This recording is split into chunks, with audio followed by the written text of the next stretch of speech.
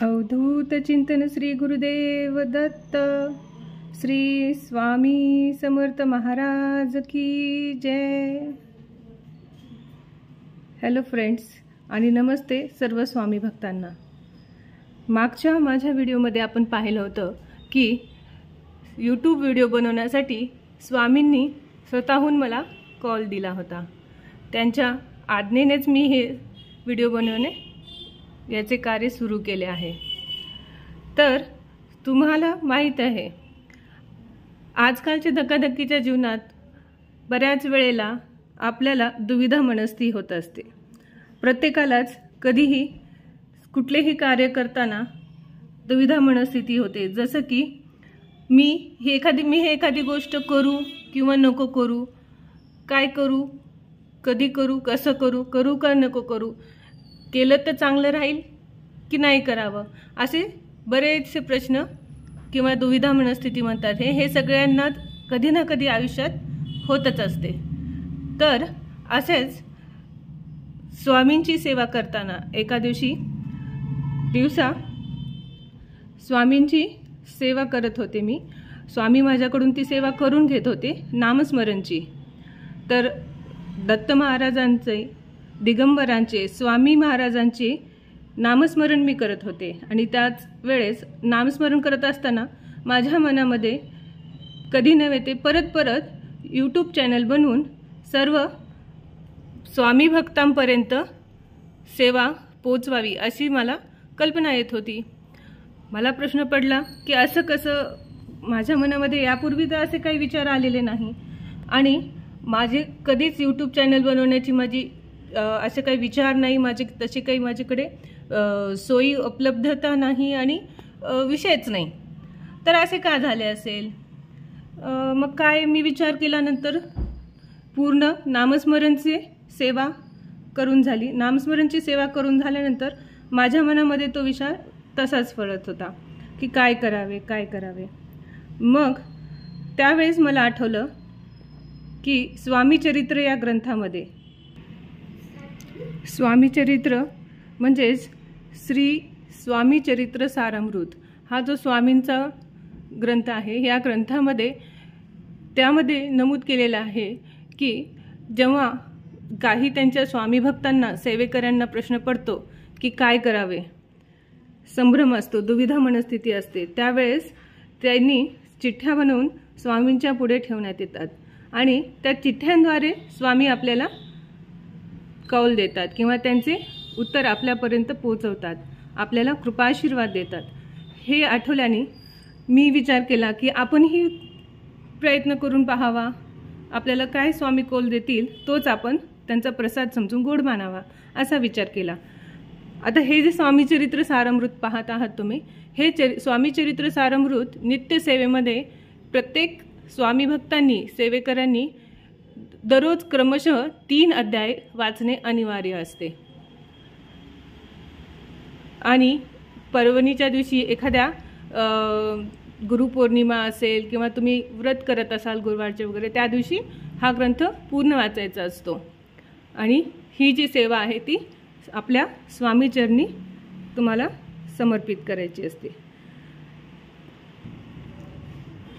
तर दैनंदिन परिस्थितीमध्ये लोकांना प्रश्नारे पडण्यामध्ये त्यांना वाटतं की मी ही गोष्ट करावी किंवा करू नये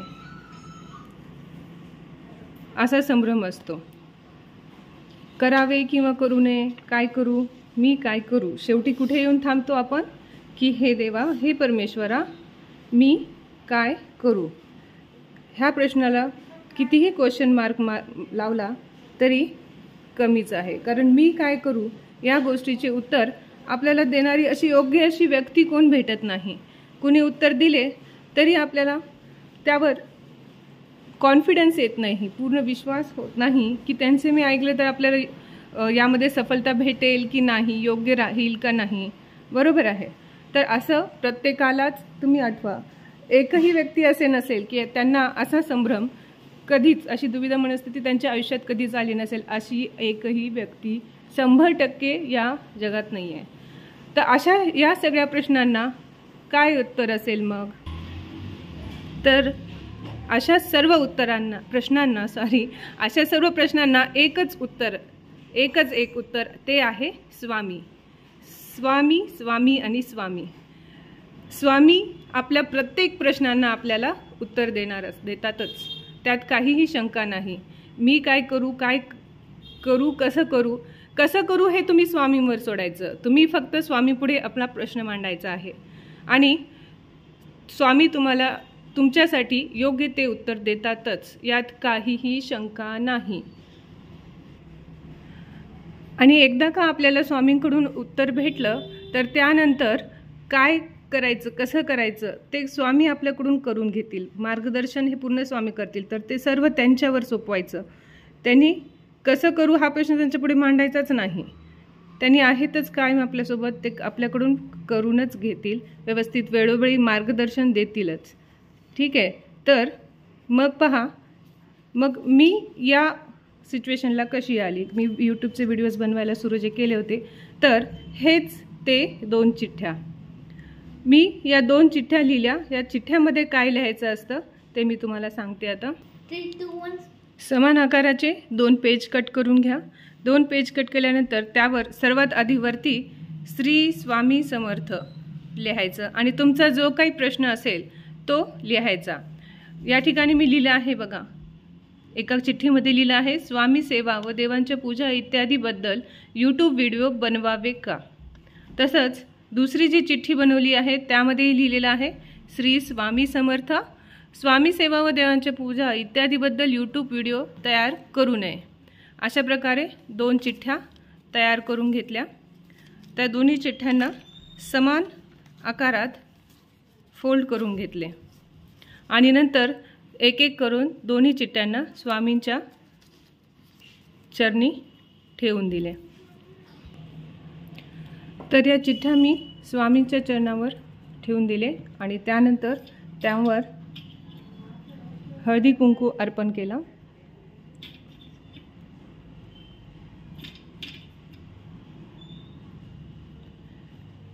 आणि सकाळी या चिठ्ठ्या स्वामींच्या चरणी ठेवल्यानंतर जी नित्यसेवेची सेवा असते ती स्वामींची सेवा मी केली. ज्यामध्ये नित्यसेवेमध्ये प्रार्थना, सगळ्यात अगोदर स्वामींची प्रार्थना केली. त्यानंतर स्वामींना प्रार्थना केली. त्यानंतर त्यांचे जे नित्य सेवेमध्ये जे स्वामी चरित्र आहे त्यातील 3 अध्याय क्रमशः ते वाचून घेतले.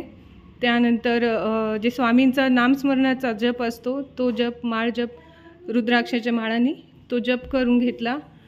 ठीक आहे. अशा प्रकारे त्यांची आरती वगैरे करून घेण्यात आली आणि मग मात्र मी वाट बघितली की माझा मुलगा येण्याची. ह्या ज्या चिठ्ठ्या असतात ना, ह्या चिठ्ठ्या आपण घरातील एखाद्या लहान मुलांकडून उचलायच्या असतात. तर त्यासाठी मग माझा मुलगा शाळेला गेलेला होता म्हणून मी त्याचं शाळेवरून येण्याची वाट पाहिली.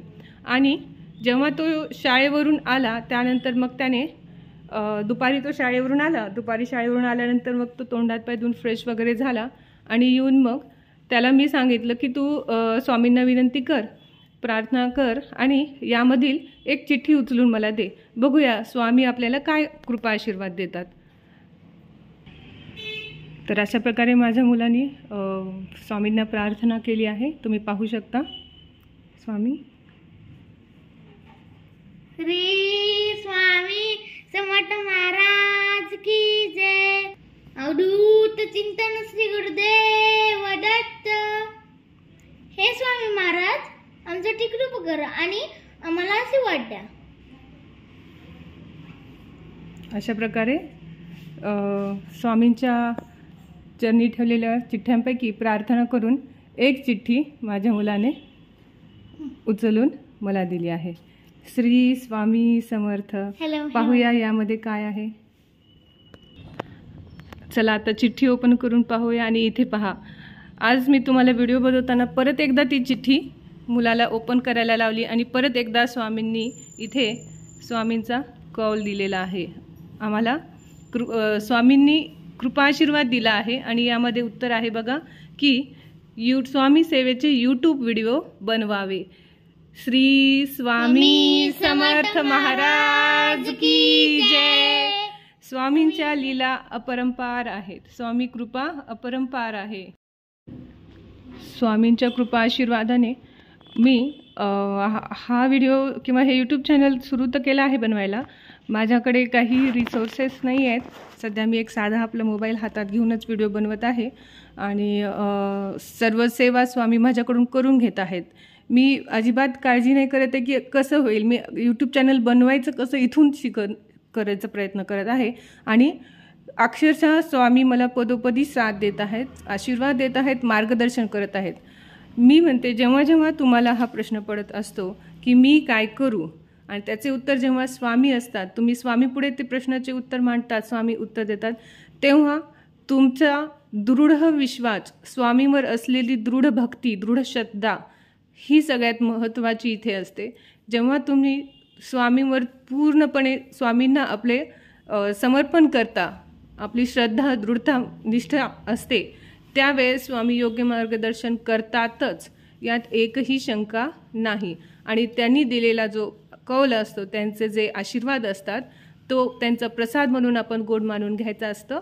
आणि कसं करायचं, काय करायचं, अक्षरशः याचा विचार नाही करायचा. तुम्ही फक्त सुरुवात करा, तुम्ही फक्त एक पाऊल पुढे टाका. स्वामी तुमच्यासोबत पदोपदी राहतीलच आणि पूर्णपणे तुम्हाला मार्गदर्शन करतीलच. हा माझा दृढ विश्वास आहे. स्वामींबद्दल असलेली माझी दृढ भक्ती आहे.